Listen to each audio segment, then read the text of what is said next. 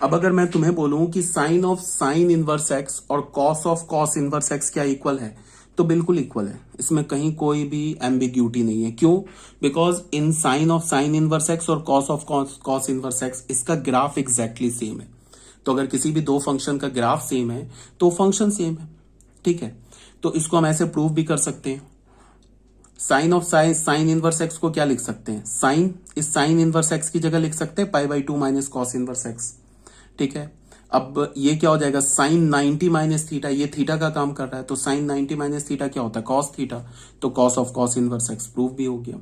ये जो ग्राफ दिख रहा है ये ग्राफ रट जाओ, ये इस दो फंक्शन का ग्राफ है। ठीक है, अब आ जाओ, ये इसका मतलब इसको हमने केस 2 बोला है, तो ये हमारा हो जाएगा केस 1। कोई बात नहीं, इसको केस 1 बोल लो।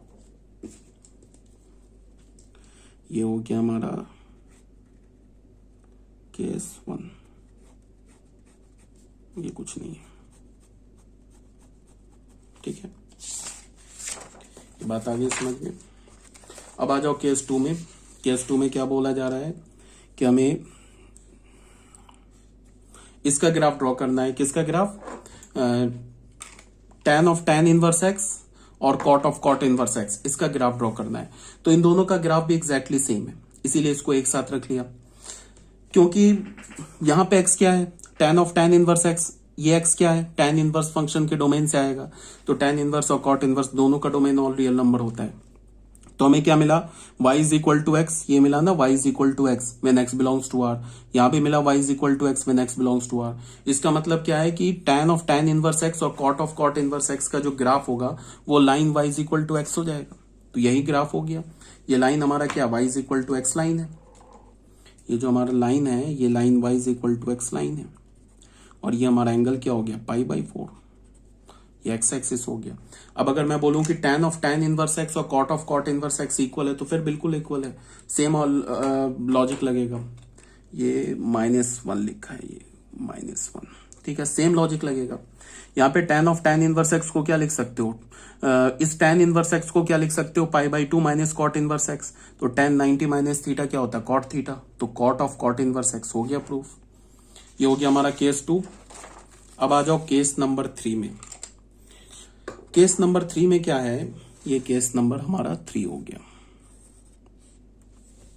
ठीक है, केस नंबर 3 में क्या है कि sec of sec inverse x और cosec of cosec inverse x, इसका जो ग्राफ होगा ये बिल्कुल एग्जैक्टली सेम होगा। ये एक्स कहां से आएगा? ये सेक इनवर्स के आर्गुमेंट से, सेक इनवर्स के आर्गुमेंट बोलो डोमेन से। तो सेक इनवर्स का डोमेन क्या होता है? All real number except -1 to 1।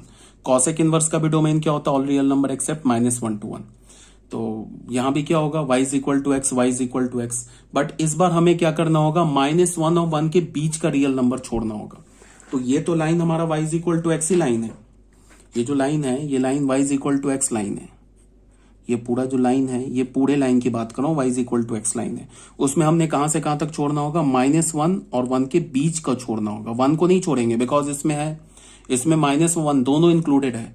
तो 1 और -1 और 1 को तो रखेंगे, -1 और 1 के जो बीच के नंबर रियल नंबर है ना, उसको छोड़ देंगे। तो हमारा ग्राफ कैसा बनेगा? 1 और 1 से ग्रेटर, ये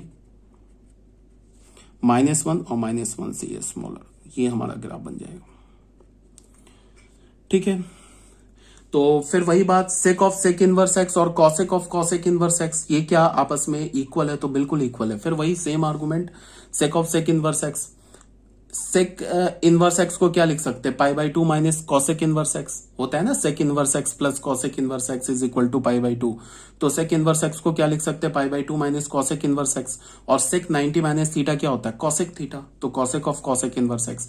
जब भी याद रखो, अगर किसी भी दो फंक्शन का ग्राफ बिल्कुल एग्जैक्टली सेम है तो इसका मतलब फंक्शन सेम है। ठीक है, तो ये हो गया। अब यहाँ पे कुछ क्वेश्चन से देख लेते हैं, छोटा मोटा क्वेश्चन है। यहाँ पे क्या बोला जा रहा है? Solve tan of tan inverse x is equal to sine of sine inverse x. बोला इसको सॉल्व करने के लिए। तो अगर हमें जब भी ऐसे गिवन हो f x is equal to g x बोले सॉल्व करने के लिए, तो हम कैसे करते हैं सॉल्व? अगर मान लो कि तुमको कभी भी एफ एक्स को बोले कि जी एक्स के इक्वल प्रूफ करो या सॉल्व करो, तो हम क्या करते हैं?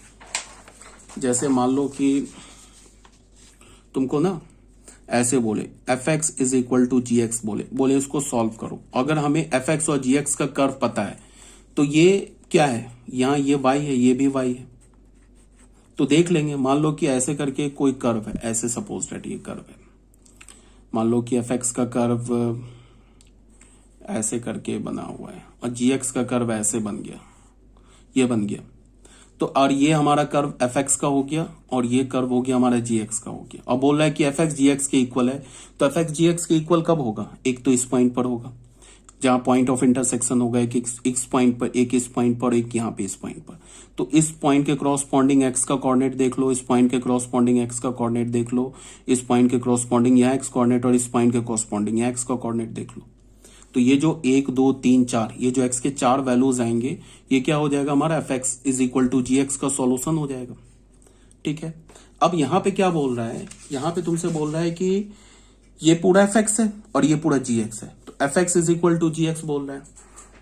तो इसका कर्व क्या होगा, tan of tan inverse x का कर्व क्या होगा, पूरा line y is equal to x. और साइन ऑफ साइन इनवर्स का कर्व क्या होगा, ये -1 से 1 के बीच में। तो -1 से 1 के बीच में तो दोनों कर्व ओवरलैप हो गया, ओवरलैप हो गया। तो इसका क्या मतलब है, तो किस रीजन में ओवरलैप हुआ, -1 से 1 के बीच में। तो इसका मतलब क्या है कि x का वैल्यू क्या आ गया, -1 से 1, ये पूरा आ गया x का वैल्यू। तो इसका मतलब अगर इसको हमें सॉल्व करने के लिए बोला जाए, तो अगर कर्व कट कर रहा है तो उसके क्रॉसपोंडिंग एक्स कोऑर्डिनेट देख लेते हैं, और कर्व अगर ओवरलैप कर रहा है तो जितने रीजन में ओवरलैप कर रहा है उस रीजन के क्रॉसपोंडिंग हम क्या देख लेते हैं, एक्स का वैल्यू देख लेते हैं। तो हमें क्या दिख रहा है, कर्व जो हमारा -1 से 1 के बीच में इस रीजन में, एक्स के इस रीजन में ओवरलैप कर रहा है। तो इसका मतलब इसका सॉल्यूशन क्या हो जाएगा, x बिलोंग्स टू -1 to 1। इसका ये मतलब है कि अगर तुम x का वैल्यू -1 से 1 के बीच में कुछ भी डालो तो ये दोनों फंक्शन इक्वल होगा। एक बार डाल के देख लेते हैं, मान लो 1 ही डाल के देख लेते हैं। तो tan ऑफ tan इनवर्स 1 का वैल्यू क्या होगा, ये होगा tan इनवर्स 1 क्या होता है, π/4, और tan π/4 क्या होता है, 1। अगर मैं बोला हूं साइन ऑफ साइन इनवर्स 1 की बात करते हैं, तो यहां पे हुआ साइन ऑफ साइन इनवर्स 1 क्या होता है हमारा, π/2, और साइन π/2 क्या हो गया, 1। तो देख लो 1 पे दोनों का वैल्यू इक्वल हो गया। अगर मैंने x का वैल्यू ना π/3 ले लिया, ठीक है, π/3 नहीं, अगर हमने ले लिया x का वैल्यू, अगर π/3 नहीं ले सकते, x का वैल्यू -1 से 1 के बीच में कोई भी तुम ले लो, 1/2 ले लो। अब ये 1/2 स्टैंडर्ड वैल्यू है नहीं, ये स्टैंडर्ड वैल्यू नहीं है, तो ये वैल्यू और यहां पे साइन ऑफ साइन इनवर्स ये भी सेम आएगा। क्यों, बिकॉज ये जो x है ना, ये -1 से 1 के बीच में है। ठीक है, तो यहां तक ये बात क्लियर हो गई, तो ये तो याद रखना ही हमें। अब आ जाओ, जो मोस्ट इंपॉर्टेंट कर्व है वो ये है। किसका कर्व हमें याद रखना है, t इनवर्स dx, इसका कर्व हमें याद रखना है बिल्कुल, और बहुत इंपॉर्टेंट है। इस कर्व को याद रखोगे तो मोस्ट ऑफ द क्वेश्चन जो होते हैं ना कॉम्पिटिटिव एग्जाम में, मोस्ट ऑफ द क्वेश्चन इसी कर्व से निकल जाते हैं। अब यहां पे मैंने क्या बोला कि टी इनवर्स टी एक्स जो है वो एक्स के इक्वल नहीं होगा in general, but T inverse T x किसके इक्वल होगा, एक्स के इक्वल होगा। कब, जब एक्स हमारा क्या हो, lies in principle range of T inverse. जब एक्स हमारा क्या हो, मैं टी इनवर्स के प्रिंसिपल रेंज में हूं, तो क्या होगा, टी इनवर्स टी एक्स किसके इक्वल होगा, एक्स के। अब आ जाते हैं साइन इनवर्स साइन एक्स की बात करते हैं सबसे पहले। तो सबसे पहले क्या है कि अगर दो फंक्शन है एफ और जी, ठीक है, एफ भी पीरियोडिक है, जी भी पीरियोडिक है, तो उन दोनों का कंपोजिशन भी पीरियोडिक होगा। ठीक है, और पीरियड क्या होगा, जो साइन एक्स का पीरियड होगा। ये जो अंदर में फंक्शन लिखा है ना, इसका जो पीरियड होगा वही period sign inverse sine x का भी होगा, सेम पीरियड होगा। ठीक है, तो साइन एक्स का पीरियड क्या हमारा 2π, तो साइन इनवर्स साइन एक्स का पीरियड क्या हो जाएगा 2π। इसका मतलब क्या है कि अगर मुझे इसका कर्व बनाने के लिए बोला जाए ना, तो मैं बस सिर्फ 2π के इंटरवल पे कर्व बना लूं। अब चाहे 0 से लेकर 2π के बीच में करूं या -π से लेकर 2π के इंटरवल, सिर्फ 2π के इंटरवल, कहीं भी 2π के इंटरवल पे मैं कर्व बना लूं। समझ में आ रही है बात। या तो माइनस पाई से लेके पाई के बीच में मैं कर्व बना लूं, तो माइनस पाई से पाई के बीच में अगर कर्व बना लूंगा तो इंटरवल क्या होगा, 2 पाई। पता है ना, पीरियोडिक फंक्शन होता है तो जो उसके पीरियड होता है उस पीरियड पे ग्राफ रिपीट करता है। तो अगर मान लो कि इस फंक्शन का कर्व मैंने माइनस पाई टू पाई बना लिया, तो माइनस पाई टू से पाई के बीच में इंटरवल का लेंथ क्या है, वो तो 2 पाई है ना। तो माइनस पाई से पाई के बीच में वही होगा जो फिर पाई से 2 पाई, तो पाई से 3 पाई के बीच में, माइनस पाई से लेके पाई तक के बीच में कर्व इसका जैसा दिखेगा वैसा ही कर्व पाई से लेके 3 पाई में दिखेगा, वैसा ही कर्व 3 पाई से 5 पाई में दिखेगा। ठीक है, तो ये बात आ रही है समझ में। तो इस फंक्शन का पीरियड क्या हो गया, 2 पाई। इसके पीछे रीजन क्या है कि एफ सर्कल जी एक्स ये एक पीरियोडिक फंक्शन होगा if f and g are periodic and the period of f circle g is the period of g function. जो अंदर में फंक्शन होता है ना, इसका जो पीरियड, अगर एफ भी पीरियोडिक है जी भी पीरियोडिक है तो एफ सर्कल जी भी पीरियोडिक होगा। ये एक थ्योरम है, अगर नहीं पता है तो अभी सुन लो। एफ सर्कल जी भी हमारा पीरियोडिक होगा और एफ सर्कल जी का जो पीरियड होगा वो जी फंक्शन का पीरियड होगा। ठीक है, तो यहां पे दोनों पीरियड क्या हमारे पास, इसका पीरियड क्या हो गया, तो साइन इनवर्स एक्स जो फंक्शन हो गया, साइन इनवर्स फंक्शन जो है और साइन एक्स, ठीक है। तो इसमें तुम इसको ऐसे देखो, पीरियड हमारा क्या हो गया, 2 पाई, तो पीरियड की बात हो गई। अब अगर इस फंक्शन के डोमेन की बात करते हैं तो डोमेन क्या होगा इस फंक्शन का, ऑल रियल नंबर। ठीक है, यहाँ पे ऑब्वियस बात है एक्स कोई भी वैल्यू ले सकता है, उसके बीच में साइन एक्स जो वैल्यू होगा वो -1 से 1 जनरेट करेगा, तो उस पर साइन इनवर्स डिफाइंड हो जाएगा। इसका रेंज क्या होगा, जो साइन इनवर्स का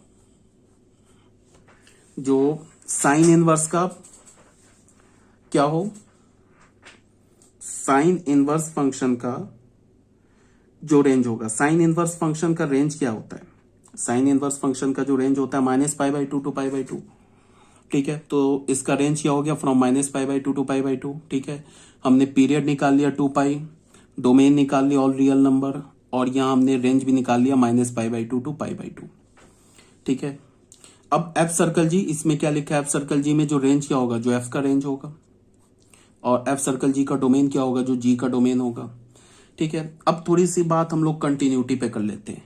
कंटिन्यूटी एक चैप्टर है, कंटिन्यूटी एंड डिफरेंशियबिलिटी। इस चैप्टर को हमें काफी डिटेल से पढ़ना है, बट अभी क्या है कि अभी थोड़ा सा कंटिन्यूटी का मतलब क्या होता है, बट अभी टाइम बिंग जो कहीं ग्राफ अगर कहीं ब्रेक ना करे, कहीं होल ना हो, कहीं पे ग्राफ जंप ना करे, बिल्कुल कॉन्टिन्यूअस चले। जैसे ये कर्व अभी मैंने अभी ड्रॉ किया ना, ये यहां से लेके यहां तक ये कर्व ऐसे, कहीं कोई ब्रेक तो नहीं आया, कहीं कोई मतलब जंप तो नहीं किया, कंटिन्यूअस कर्व है। एफ एक्स भी कंटिन्यूअस कर्व है, जी एक्स भी कंटिन्यूअस कर्व है। जैसे अगर मैं बोलूं ना कि सिग्नम फंक्शन का जो कर्व होता है वो कंटिन्यूअस नहीं है। अगर सिग्नम फंक्शन की बात करें तो सिग्नम फंक्शन ऐसे होता है ना, 0 पर फंक्शन जो है ना जंप कर गया, तो ये फंक्शन है ऑल रियल नंबर पे 0 पर डिसकंटिन्यूअस है। इसको हम चैप्टर, अलग चैप्टर, उसमें हम डिटेल से पढ़ेंगे। जैसे मॉड एक्स फंक्शन है, ये मॉड एक्स फंक्शन एक कंटिन्यूअस कर्व है ऑल रियल नंबर पे, कहीं पे कोई ब्रेक नहीं है, देख लो बिल्कुल नो ब्रेक है। जैसे अगर मैं बोलूं फ्रैक्शनल पार्ट फंक्शन, ये हमारा डिसकंटिन्यूअस फंक्शन है। कहां कहां पे डिसकंटिन्यूअस होता है, इंटीग्रल पॉइंट पर, जैसे ऐसे होता है ना फ्रैक्शनल पार्ट फंक्शन का कर्व, तो ये सारे इंटीजर्स पे क्या होता है, ये डिसकंटिन्यूअस होता है। देख लो ये -1, 0, 1, जितने भी इंटीजर्स होते हैं उस पर डिसकंटिन्यूअस होता है। तो अभी इस पे हम लोग नहीं आएंगे, बट अभी क्या बोला जा रहा है कि अगर हमारे पास दो फंक्शन कंटिन्यूअस फंक्शन है तो उसका कंपोजिशन भी कंटिन्यूअस होता है। तो साइन इनवर्स भी कंटिन्यूअस है, साइन एक्स भी कंटिन्यूअस है, तो उसका कंपोजिशन भी कंटिन्यूअस होगा। इसका मतलब क्या है कि ये जो फंक्शन दे रखा है ना, यहाँ पे क्या बोला गया, continue f circle g continuous होगा if both f and g are continuous. तो ये साइन ये भी कंटिन्यूअस है, इसके ग्राफ में तो कहीं पे ब्रेक नहीं है, ये भी कंटिन्यूअस है, तो ये जो हमारा फंक्शन है ना ये कंटिन्यूअस भी हो गया। तो इस फंक्शन की क्या क्या खूबी हमें पता चली, पहली खूबी तो हमें पता चली कि इसका पीरियड पाई है। दूसरा हमें क्या बात पता चला कि इसका डोमेन ऑल रियल नंबर है। तीसरी बात हमें क्या पता चली कि इसका जो रेंज है वो -π/2 टू π/2 है।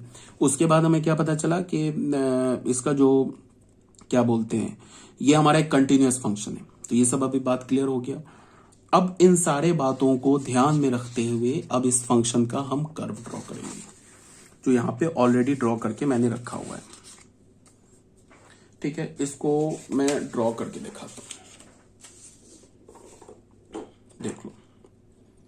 एक फ्रेश पेज में दोबारा से ड्रॉ करते हैं।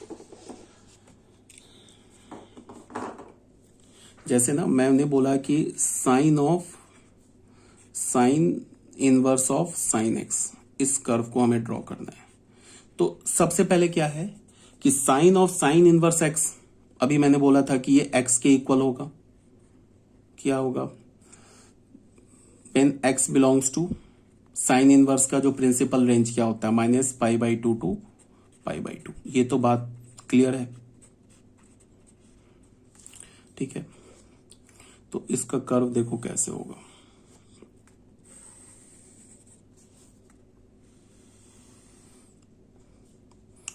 इसका हमारा रेंज क्या अभी हमने निकाला, -π/2 टू π/2 रेंज निकाला है ना अभी हमने, -π/2 टू, देखो रेंज निकाला -π/2 टू π/2। तो इसके लिए क्या है, रेंज होगा इसका -π/2 टू π/2।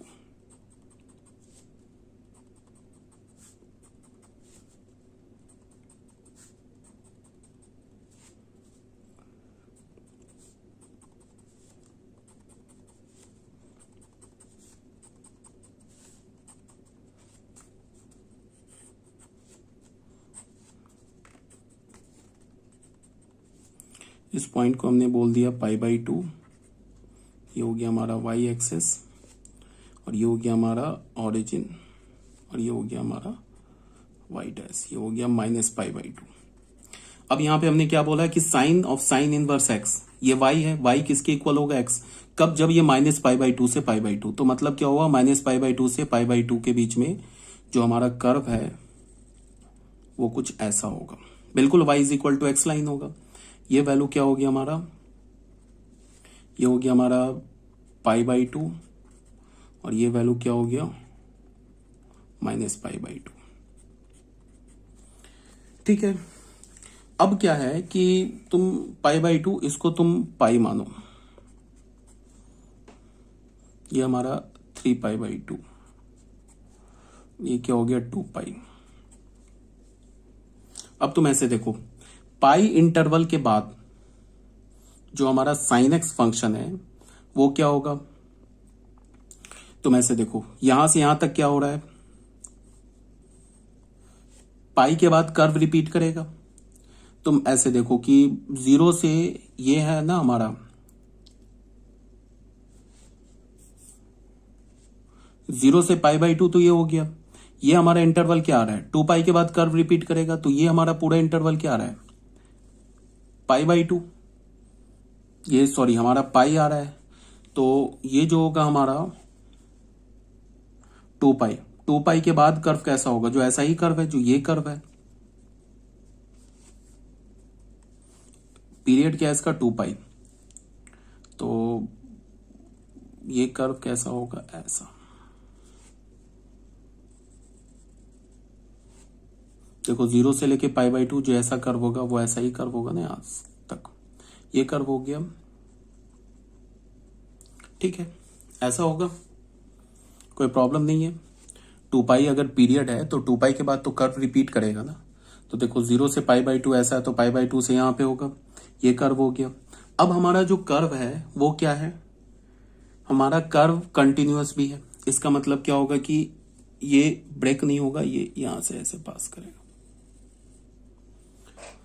ठीक है। इस दो को हमने ज्वाइन कर दिया। अब सेम लॉजिक से ये जो हमारा कर्व होगा वो कुछ ऐसे बनेगा। ये क्या हो जाएगा, 2π प्लस π/2 5π/2, 5π/2 प्लस π/2 3π। उसके बाद ये कर्व ऐसे चलेगा,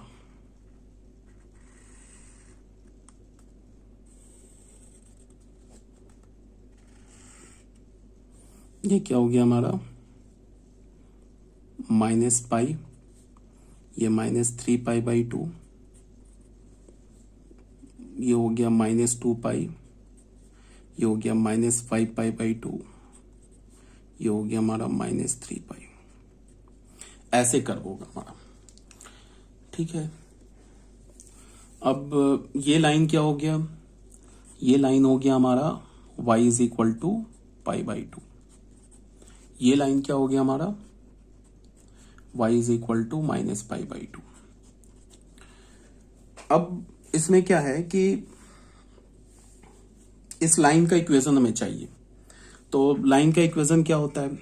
अच्छा, उससे भी पहले डोमेन तो साफ दिख रहा है कि ऑल रियल नंबर है, पूरे पॉजिटिव एक्स एक्सिस पर जा रहा है और पूरे नेगेटिव पे जा रहा है, तो डोमेन तो ऑल रियल नंबर है। रेंज हमें साफ साफ ग्राफ से दिख रहा है -π/2 टू π/2 है। ये भी बात आ गई समझ में। उसके बाद क्या है कि अगर मैं बोलूं कि इस फंक्शन का रूट क्या है, तो रूट का मतलब कि ये ग्राफ एक्स एक्सिस को जिस पॉइंट पे कट करेगा वो रूट हो जाएगा। तो हमें क्या दिख रहा है? पाई, 2π, 3π, -π, -2π, -3π। तो अगर मैं रूट्स की बात करूं तो रूट्स क्या हो जाएगा इसका? nπ। ठीक है। उसके बाद अगर मैं इस लाइन की बात करूं तो इस लाइन का इक्वेशन क्या होगा? y is equal to x. अब इस लाइन का इक्वेशन क्या होगा? इस लाइन, अच्छा लाइन का इक्वेशन कैसे निकलता है? स्ट्रेट लाइन में हमने पढ़ा था ना 2 point form, y minus y1 is equal to m x minus x1, ऐसा फॉर्म हमने पढ़ा था ना। y minus y1 is equal to slope time x minus x1। इसके लिए हमें क्या चाहिए? स्लोप चाहिए, और किसी भी लाइन का स्लोप चाहिए, और उस लाइन पर किसी भी एक पॉइंट का कोऑर्डिनेट चाहिए। तो इसका जो स्लोप है ना ये m इज इक्वल टू 1 है। इसका जो स्लोप है m इज इक्वल टू -1 है। फिर इसका स्लोप क्या हमारा? m is equal to 1। यहां स्लोप क्या है? m is equal to -1। इसका स्लोप क्या होगा? m is equal to -1, m is equal to 1, m is equal to -1, ऐसे स्लोप होगा। तो अगर मुझे इस लाइन का इक्वेशन चाहिए तो क्या होगा? इसका स्लोप क्या? -1, और एक पॉइंट हम कौन सा उठा लेते हैं? जो रूट है। तो इस पॉइंट का कोऑर्डिनेट क्या होगा? π, 0। तो y तो हमेशा 0 होगा। अगर हम रूट उठाएंगे तो y तो हमेशा 0 होगा। तो यहां से y, इसका कोऑर्डिनेट क्या? m का -1, x माइनस x1, x1 का वैल्यू है π, तो ये क्या मिल गया हमें? π माइनस x। तो y is equal to π minus x, y is equal to π minus x। अब ये सब जो लाइन है ना, इसके इक्वेशन हमें रटने की जरूरत नहीं है, देन एंड देयर आप इक्वेशन निकाल सकते हो। अब जैसे अगर मैं इसकी बात करूं कि इसका हमारा क्या होगा, तो y1 तो हमेशा 0 होगा, बिकॉज हम जो पॉइंट उठा रहे हैं लाइन पे वो तो रूट उठा रहे हैं। तो y माइनस y1, तो y1 तो 0। स्लोप इसका क्या होगा? m, ये 1 होगा, m का भी वैल्यू 1, x माइनस क्या डालना हमें? x1, x1 का काम कर रहा है 2π, तो क्या होगा? x minus 2π। इसका इक्वेशन आ गया। अब अगर हमें इसका इक्वेशन उठाना है, निकालना है, तो y माइनस y1, तो y1 तो 0 होगा, m क्या हो जाएगा? -1, तो -1, x माइनस x1, x1 क्या हमारा? -π, तो +π हो जाएगा। तो ये क्या हो गया? -x minus π। इसका इक्वेशन निकल गया। अब अगर हमें इसका इक्वेशन चाहिए हमें, तो इसका स्लोप तो 1 है, तो y माइनस y1 वो तो हमेशा 0, तो स्लोप क्या 1, तो ये क्या हो जाएगा? x माइनस x1, तो ये क्या हमारा? -2π, तो +2π हो जाएगा। ये इक्वेशन आ गया। तो ऐसे करके ना तुम जितने भी लाइंस है ना उनके इक्वेशन निकाल सकते हो। तो हमें क्या पता चल गया? रूट पता चल गया, nπ है। लाइन का हमने इक्वेशन निकाल लिया, जितने भी लाइन से इक्वेशन निकाल लिया। अब अगर तुम्हें बोला जाए कि क्या ये कर्व बाउंडेड है, तो बिल्कुल बाउंडेड है कर्व। ठीक है। उसके बाद क्या है? रूट क्या हमारा? nπ। डोमेन क्या है इसका? तो डोमेन ऑल रियल नंबर है। रेंज क्या हमारा? -π/2 टू π/2। जो साइन इनवर्स का रेंज है वही इसका भी रेंज है। उसके बाद लाइन के इक्वेशंस है, उसको रटने की जरूरत नहीं है। और इसका हाँ पीरियड क्या है? तो पीरियड 2π है। तुम देख लो, जैसे हमने ना 0 से लेके 2π यहां तक का ग्राफ लिया, तो ये देखो ये ब्लॉक रिपीट हो रहा है ना, ये ऐसे करके ऐसे यहां तक। फिर 2π से 4π जाओगे तो देखो फिर रिपीटेशन स्टार्ट हो रहा है। अगर तुम देखो यहां से यहां तक उठाओ 2π, -π से लेके पाई ये हुआ, यहां से 2π, ये देखो यहां से अगर ये तुमने लेंथ लिया 2π, ये भी तो लेंथ है, तो यहां कर्व कैसे आ रहा है? ऐसे ऐसे ऐसे। तो पाई से लेके 2π तक जाओगे तो ये पाई, ये 2π, देख लो सेम कर्व आ रहा है ना। यहां से देखो -π से हम लोग कहां तक गए? पाई तक। तो कर्व कैसे आया? सेम कर्व होगा। इंटरवल हमने अगर 2π का लेंथ लिया ना इंटरवल, तो ऐसे करके कर्व बना। अब पाई से लेके फिर तुम आ जाओ 5π/2, तो ये लेंथ हो गया ना हमारा 2π का, तो देख लो फिर सेम कर्व। पाई से ये 3 पाई तक होगा ना, 2 पाई, यहां से यहां तक होगा ना 3 पाई तक। तो देख लो सेम हमारा बन रहा है ना, ऐसा नहीं बन रहा है, सेम कर्व रिपीट होगा। तो फाइनली ये हो गया हमारा sine inverse sine x function का कर्व। तो यहां पर कोई प्रॉब्लम नहीं होगी, ठीक है। अच्छा, इसमें कुछ इंपॉर्टेंट बात क्या है वो ये समझना है कि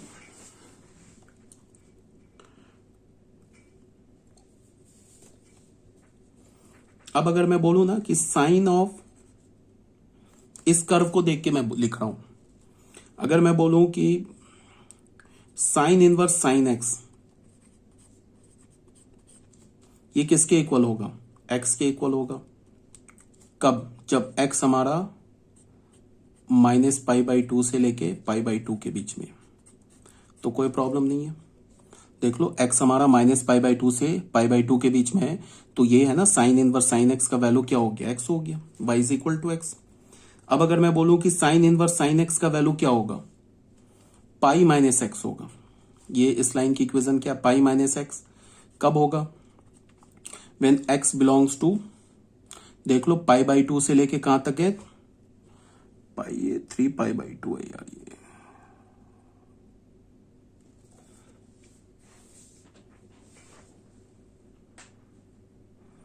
π/2, पाई 3π/2 और ये 2 पाई, ठीक है। तो यहां से क्या होगा, देख लो π/2 से 3π/2, π/2 से लेके 3π/2। इसमें हम इंटरवल को, यहां पे भी π/2 है, यहां पे भी π/2 है, यहां पे भी हमने क्या किया है, ये -π, ये π/2 यहां भी है और यहां भी π/2 है, तो कोई बात नहीं है, ऐसा कर सकते हैं, बिकॉज फंक्शन जो कंटिन्यूअस है, इस यहां से π/2 के क्रॉसपॉन्डिंग यहां से x का वैल्यू निकालो, यहां से x का वैल्यू निकालो, सेम आएगा, बिकॉज क्यों, फंक्शन हमारा कंटिन्यूअस है, ठीक है। अब इसको मैं क्या बोल सकता हूं, इस लाइन का इक्वेशन क्या है, x - 2 पाई। कब, x बिलोंग्स टू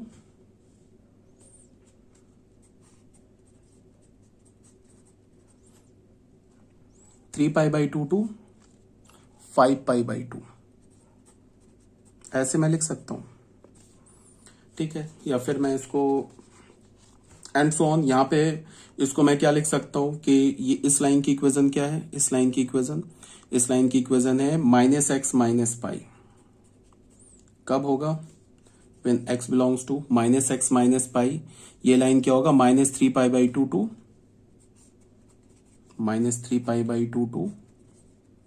-π/2, ऐसे करके कर्व होगा।